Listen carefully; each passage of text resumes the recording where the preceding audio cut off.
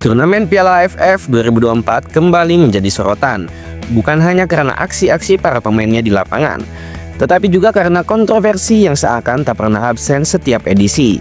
Dari gaya permainan yang keras hingga keputusan-keputusan wasit yang diperdebatkan, semuanya menambah daftar panjang drama di turnamen ini.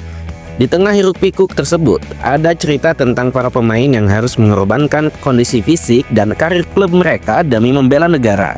Salah satunya adalah Rafael Struijk, yang kisahnya mencerminkan dilema antara semangat nasionalisme dan resiko yang harus dihadapi.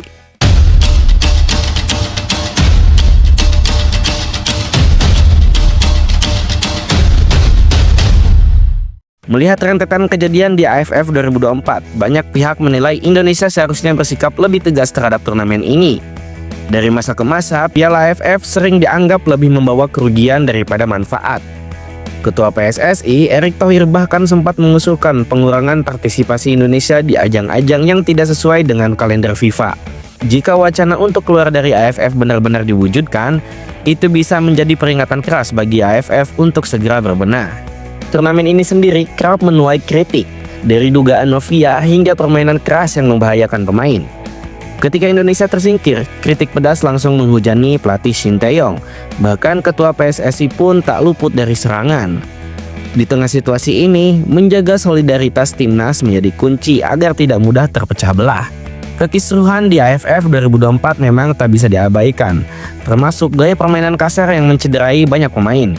Salah satu korban adalah Rafael Struijk, yang harus meninggalkan klubnya Brisbane Roar di tengah musim untuk membela timnas Indonesia.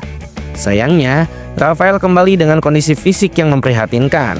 Cedera yang ia alami saat melawan Filipina belum sepenuhnya sembuh, sehingga ia hanya bisa tampil beberapa menit di akhir pertandingan ketika Brisbane kalah dari Western United di Liga Australia. Pelatih Brisbane Roar, Ruben Zatkovic, tak bisa menyembunyikan rasa kekecewaannya.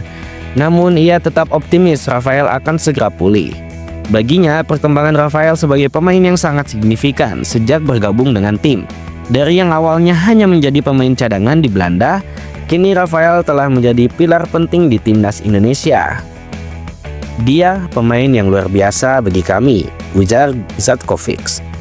Dikutip dari brisbaneroar.com.eu.